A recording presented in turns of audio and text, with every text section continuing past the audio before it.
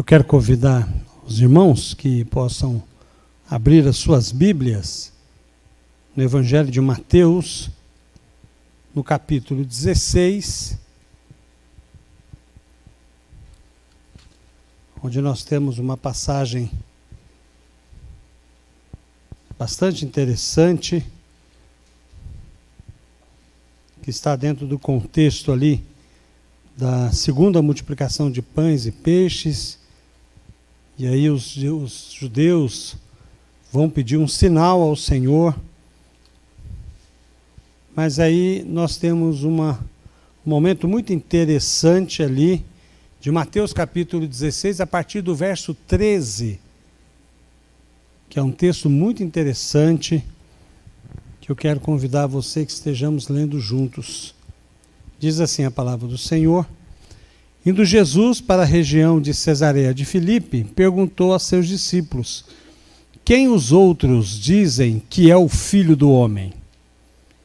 E eles responderam: Uns dizem que é João Batista, outros dizem que é Elias, e outros dizem que é Jeremias ou um dos profetas.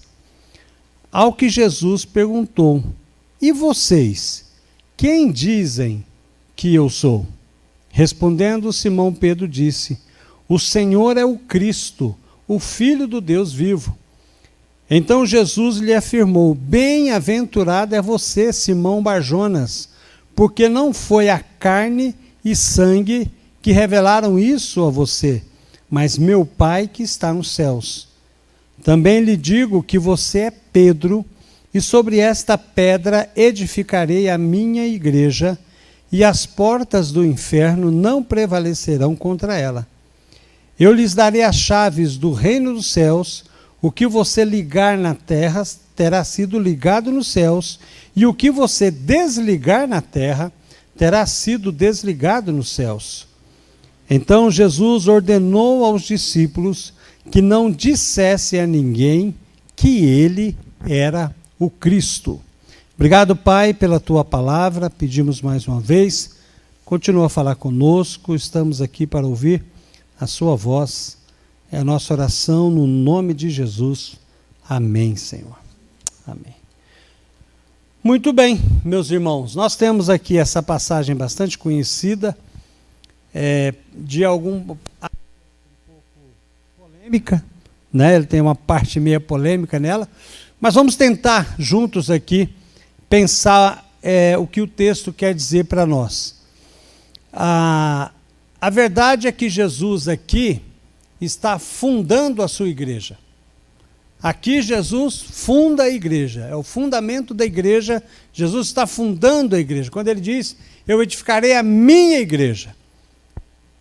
E a igreja de Jesus, ela será inaugurada lá em Atos 2, em Pentecostes. Por quê que é lá que ela é inaugurada? Porque é lá que as pessoas recebem o Espírito Santo.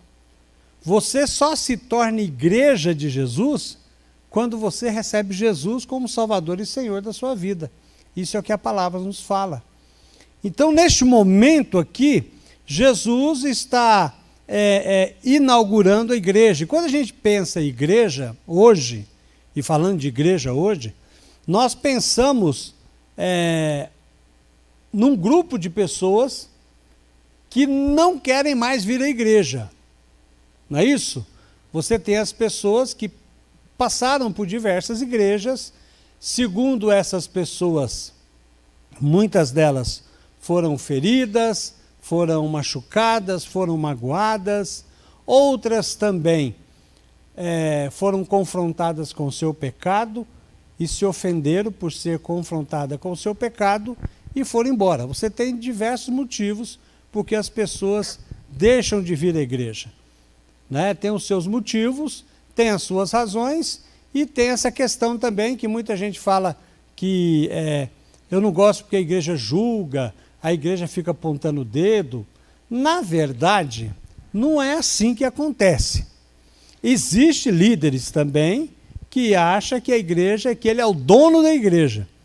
Né? Existem pastores que se acham dono da igreja e ofende e exclui né, faz acepção de pessoas, existe sim. Mas, via de regra, a igreja, ela é um projeto de Deus. Ela é projeto de Deus. Você tem algumas exceções que algumas igrejas agem como se fossem os seus líderes, fossem os donos da igreja, mas a igreja já tem um dono. E o nome dela é Jesus. Ele é o dono da igreja. Nós somos ovelhas do Senhor, todos nós. Mas mesmo assim, algumas pessoas, então, por algum motivo, por ignorância, ou por não entender, ou por não gostar também de ser confrontado, porque a Bíblia nos confronta, essa é a verdade também, né? A Bíblia confronta o nosso pecado, e a gente precisa encarar isso e se submeter.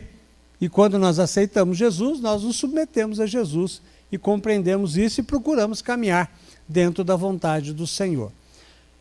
Mas o que o texto diz para nós, e o que nós estamos lendo aqui, e eu gostaria de pensar com você, é que a igreja que Jesus projetou, ela é algo que vale a pena viver.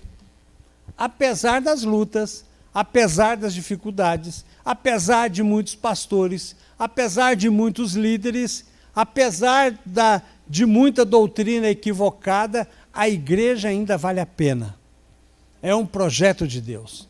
E vale a pena seguir a Jesus e vale a pena investir a nossa vida na igreja. Por quê? Porque quando você lê o texto, você entende que a igreja conhece a verdade. A igreja de Jesus, deu para entender? A igreja de Jesus conhece a verdade. Ele conhece a palavra de Deus. Ele vive a palavra de Deus. E nós pensando assim, você lê o texto e você já olha de cara. O texto vai dizer que indo Jesus pela região da Cesareia de Filipe, perguntou aos seus discípulos quem os outros dizem que é o Filho do Homem. Aqui está um primeiro ensinamento de que a Bíblia é a verdade. Filho do homem. E a gente fica pensando, por que fala filho do homem?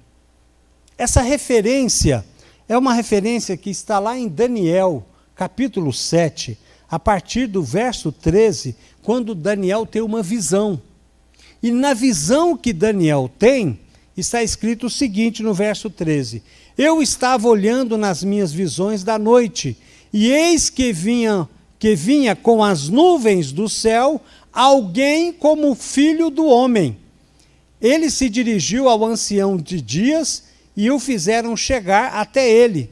Foi-lhe dado o domínio, a glória e o reino, para que as pessoas de todos os povos, ações e línguas o servissem. O seu domínio é domínio eterno, que não passará, e o seu reino jamais será destruído. Todas as vezes no Antigo Testamento, quando fala de nuvens e fala de Deus, é referência de que as nuvens são como a carruagem de Deus. Sempre quando se refere a alguém nas nuvens, está se referindo a Deus. Vir com as suas carruagens. É claro que o símbolo também aqui é um símbolo de autoridade divina. E tanto é que, além do mais, quando o Filho do Homem vem à presença do ancião de dias, ele recebe autoridade, glória e poder. Aqui é uma clara expressão de que é o nosso Senhor Jesus. Esses atributos não são simplesmente a autoridade e soberania que Deus dá a reis humanos. Esse Filho do Homem também recebe a adoração de todos os povos, nações e línguas. E nós aprendemos na palavra de Deus uma grande verdade, que nós só podemos adorar a quem? A Deus. Então, somente a Deus. E aqui é o reflexo de que quando se fala o Filho do Homem, está falando daquele que é o Messias que o povo de Israel estava esperando chegar. Aí ele pergunta, e o que vocês dizem que eu sou? E respondendo Simão Pedro disse, o Senhor é o Cristo, o Filho do Deus vivo. E Jesus falou para ele, olha Pedro, o que você disse não foi revelado por carne nem sangue, mas foi revelado pelo meu Pai a você. Todas as vezes que o judeu, que já está esperando há tanto tempo o Messias, o Cristo anunciado, esperado, e Pedro olhando, reconhecendo que Jesus é o próprio Deus, que Jesus é o Messias, ele entende a divindade de Jesus. Colossenses 2,9 diz que em Jesus, porque nele, Jesus, habita corporalmente toda a plenitude da divindade. Em Hebreus 1,3 diz o seguinte: o Filho, está falando de Jesus, é o resplendor da glória de Deus e a expressão exata do seu ser, sustentando todas as coisas pela sua palavra poderosa. Depois de ter feito a purificação dos pecados, assentou-se à direita da majestade nas alturas. Quando Pedro olha para Jesus e vê tudo que Jesus vem fazendo ali até chegar ali, ele reconhece, é Deus encarnado, é o Senhor, é o Messias que o povo de Israel está esperando, é o Senhor Jesus. Tanto é que no final do texto que nós lemos, Jesus fala o que para eles? Não revelem para ninguém que eu sou o Cristo. Não é o momento de revelar. E aqui nós aprendemos também que Deus usa seres humanos imperfeitos, corruptos, pecadores, para cumprir o seu projeto e o seu propósito. Mesmo através de pastores que são mestres para si mesmo que são pastores que pastoreiam para a sua própria causa e não para a causa do reino, mesmo pessoas pecadoras que muitas vezes tropeçam e erram e muitas vezes têm até uma intenção maligna no coração, tem o dolo no coração, Deus usa mesmo assim para continuar o seu projeto de salvação. Porque ele usa homens para cumprir o propósito dele e levar a palavra dele adiante. Em segundo lugar, vale a pena servir a igreja, vale a pena o projeto de igreja, porque é por meio da igreja que se recebe poder. Veja só o que diz o verso 18. Também eu lhe digo que você é Pedro, e sobre esta pedra edificarei a minha igreja, e as portas do inferno não prevalecerão contra ela. Esse texto aqui,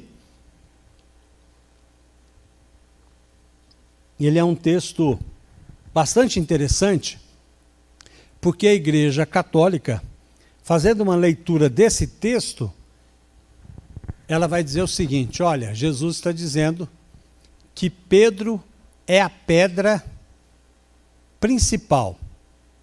E sobre esta pedra, Jesus ia edificar a sua igreja.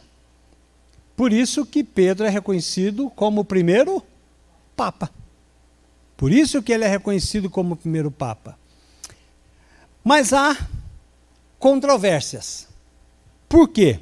Porque o texto da palavra de Deus, que nós vamos ler em 1 Pedro, no capítulo 2, verso 4, o próprio Pedro vai dizer o seguinte: chegando-se a ele, está falando de Jesus, a pedra que vive, rejeitada sim pelos homens, mas para com Deus, eleita e preciosa.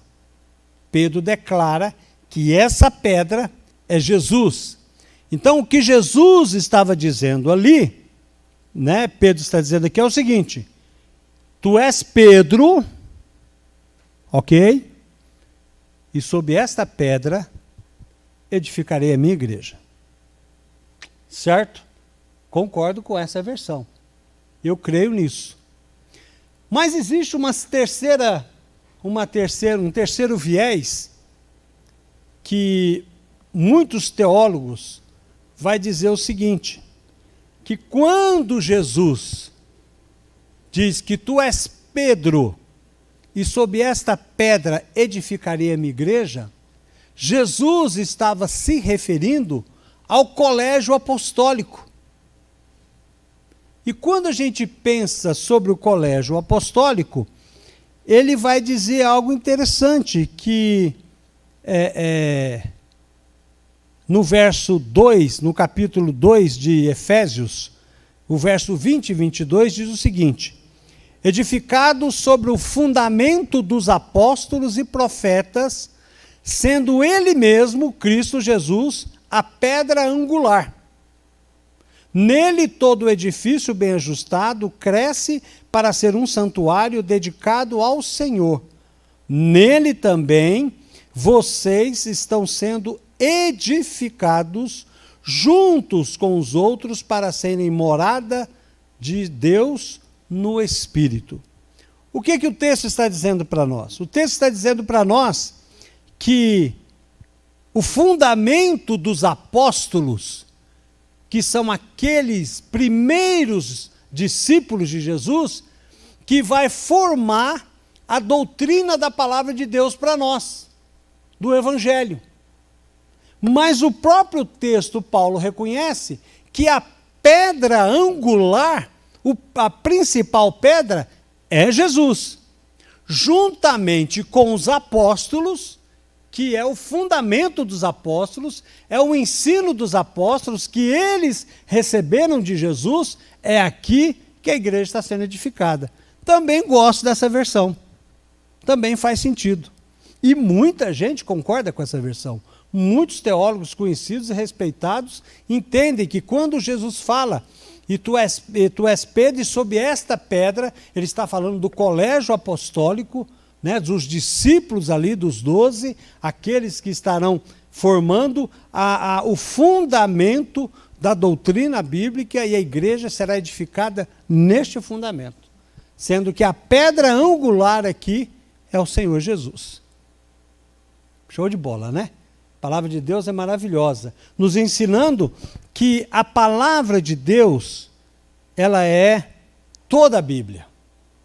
Às vezes algumas pessoas falam assim: o mais importante para mim é aquilo que Jesus falou. É aquilo que está escrito em vermelho. Alguém tem a Bíblia, quando Jesus fala, está escrito em vermelho? Eu tenho uma Bíblia lá em casa, que onde está Jesus falando, está escrito em vermelho. Mas muita gente aceita a palavra de Jesus e negligencia a palavra dos apóstolos. Só que Pedro, vai dizer que a palavra de Paulo e o ensino de Paulo tem o mesmo peso que as Escrituras Sagradas. E tudo que os discípulos ensinaram, o cânon do Novo Testamento, ele é reconhecidamente como autoridade da palavra de Deus. Tanto as palavras de Jesus, como as palavras dos apóstolos. Porque é palavra de Deus, inspirada pelo Espírito Santo. Então, toda a palavra de Deus toda a Bíblia que é fundamentada nos apóstolos e na pedra angular, que é Jesus, é palavra de Deus e tem autoridade. Por que as pessoas tiram isso? Porque as pessoas querem dar jeitinho para os seus pecados. Então eles falam, por exemplo, sabe o que as pessoas falam? Elas falam assim: você não vê Jesus falando sobre homossexualidade. Você não vê Jesus condenando a homossexualidade.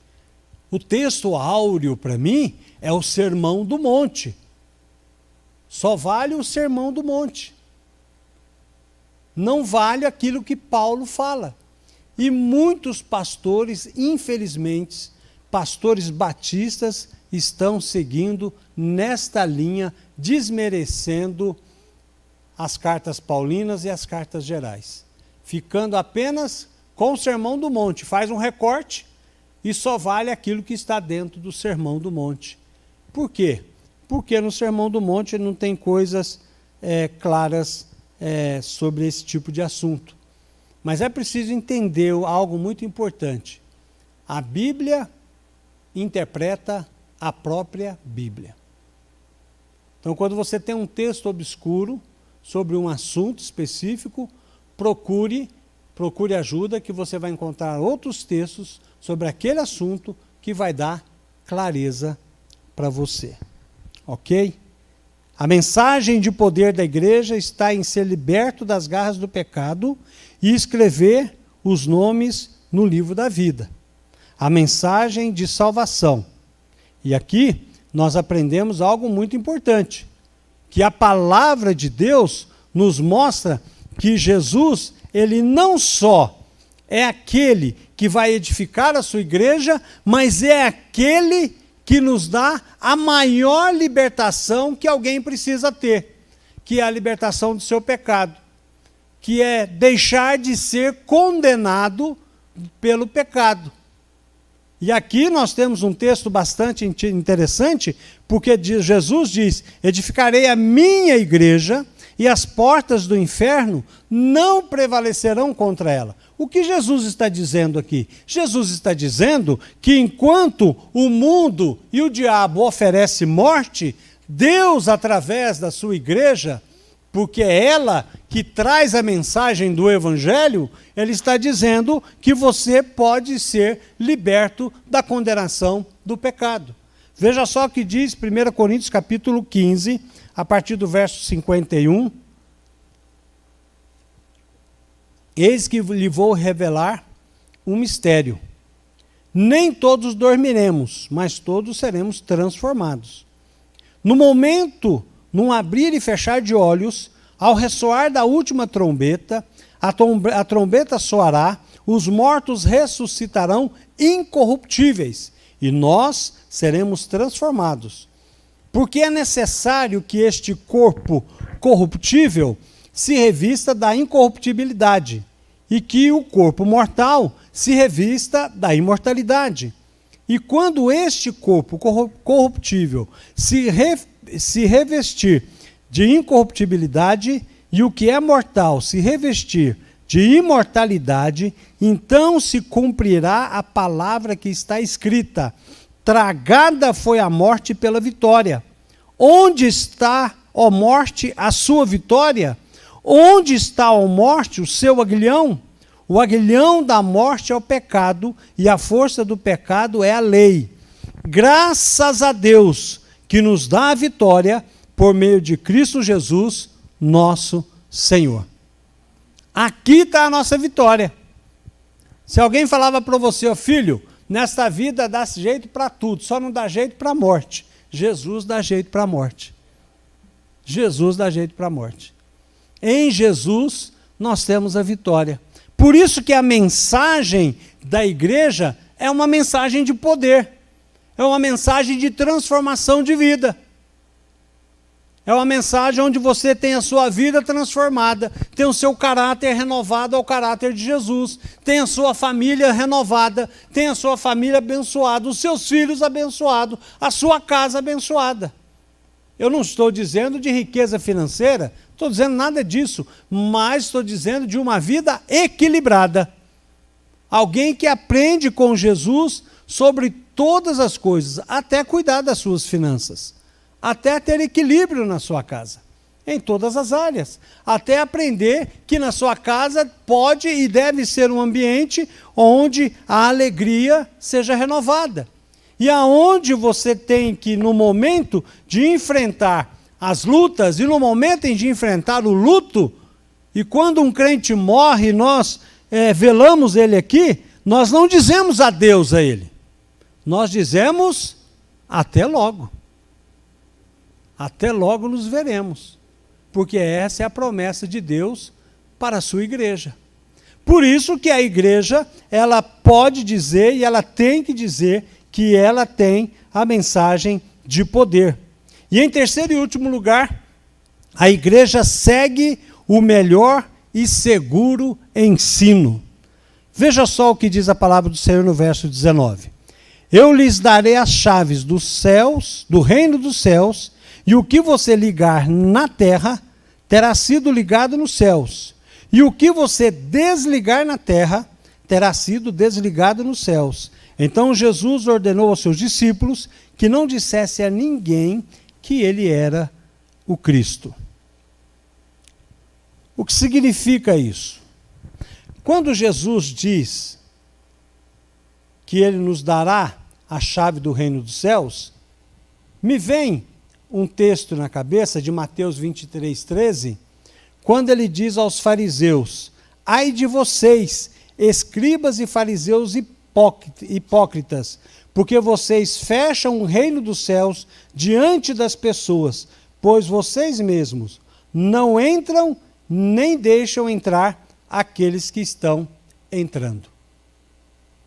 O que Jesus está dizendo que aqueles homens que deveriam ser o portador da mensagem de salvação, eles colocavam tanto peso, tanta canga em cima das pessoas, dificultava tanto entrar no céu e seguir o caminho, porque existia a lei de Moisés, e aqueles homens colocaram costumes para proteger a lei, e foram enchendo de costumes, foram enchendo de pequenas coisas de religiosidade, e ninguém conseguia chegar até Deus daquele jeito. Porque a verdade que nós temos que aprender também é que a lei de Moisés, ela aponta o nosso pecado. Ela tem o poder de apontar o seu erro, mas ela não é capaz de salvar você.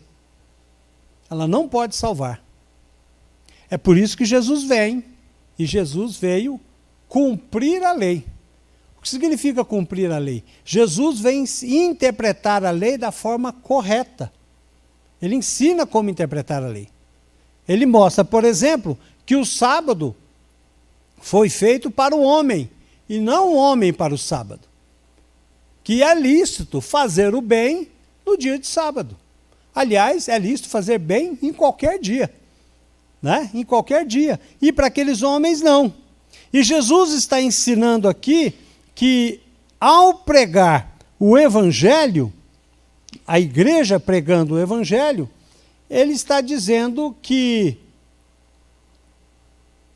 você pode ser alguém, através da sua mensagem, e dependendo da resposta da pessoa, a porta do céu se abre, e dependendo da resposta da pessoa, a porta do céu se fecha.